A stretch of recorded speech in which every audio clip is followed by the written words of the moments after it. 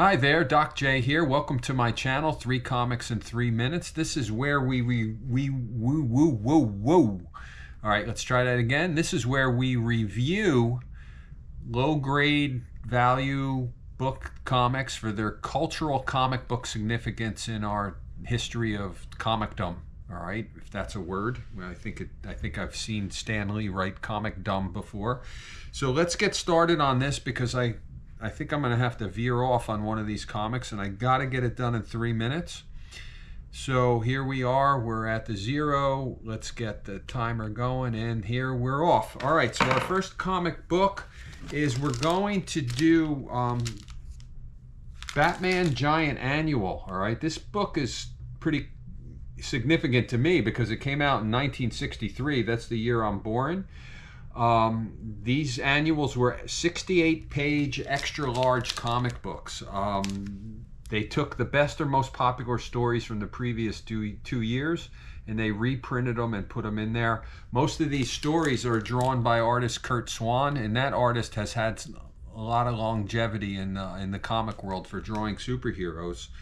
This issue is mostly remembered for the Strange Lives of Batman and Robin theme, where there's 6 different stories where they showcase a theme in Batman and Robin facing like transformations, alternate lives, bizarre scenarios, and there's a few stories where Batman's the solo hero in here.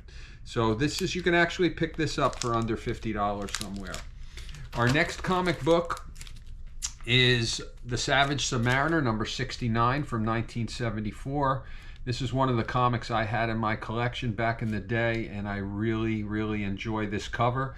This cover was drawn by John Romita Sr., and it's not really a key comic for anything other than the fact that the cover's awesome, and it features a crossover where Spider-Man fights the Submariner at Empire State University.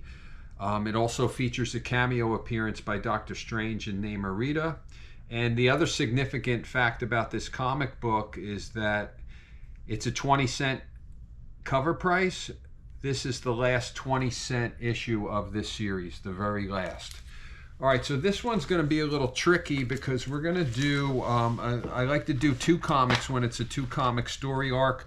We're going to do the Thor number 221 and Thor number 222.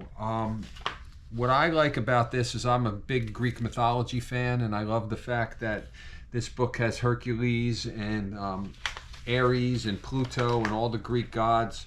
It's all about a battle of Pluto had a plan. He wants to get the Greek and the Norse gods fighting, and that's what he does in here. The art's by John Buscema. It's just really cool. But what also is interesting about this is it brings in the Marvel value stamps. Those were collection stamps that we used to have as kids in our comic books, and unfortunately kids cut them out and ruined the value of the comic books. This comic book had number 1 Spider-Man, and this one had number 5 the Hulk in it.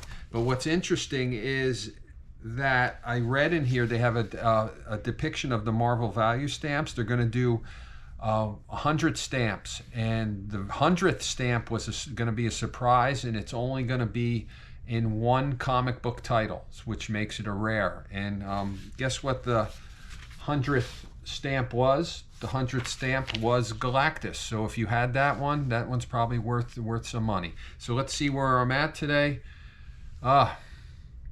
This is my first time I didn't make the 3 minutes, and I knew the Marvel value stamp thing was going to get me. 3 minutes and 23 seconds. If you like my channel, please give me a thumbs up, and please subscribe. Please leave comments in the comment section to discuss what we reviewed today, and maybe you have some points of significance that can add to our discussion. So again, give me a thumbs up, subscribe to my channel, and I'll see